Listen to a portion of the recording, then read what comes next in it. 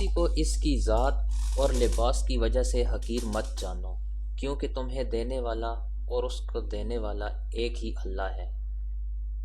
وہ اسے عطا بھی کر سکتا ہے اور تم سے لے بھی سکتا ہے۔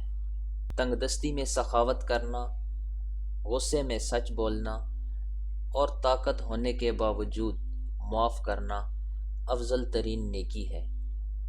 دکھ میں کبھی پچھتاوے کے آنسو مت بہاؤ، کیونکہ تم وہ خوش نصیب ہو جسے اللہ پاک نے آزمائش کے قابل سمجھا۔ ہمیشہ اخلاق سے بات کرو، کیونکہ انسان پر سب سے زیادہ مصیبتیں اس کی اپنی زبان کی وجہ سے آتی ہیں۔ حضرت علی رضی اللہ تعالیٰ عنہ سے کسی نے پوچھا کہ آپ کی تلوار تو بہت تیز ہے مگر آپ کی سواری سست ہے، کیا ہی اچھا ہو اگر آپ سواری بھی تیز رکھ لیں؟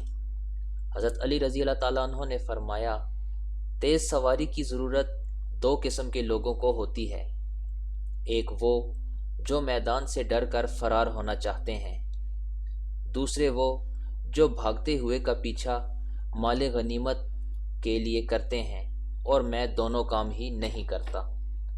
برے انسان کی صحبت سے بچو، کیونکہ وہ تلوار کی طرح ہے، دیکھنے میں خوبصورت اور اثر میں خطرناک۔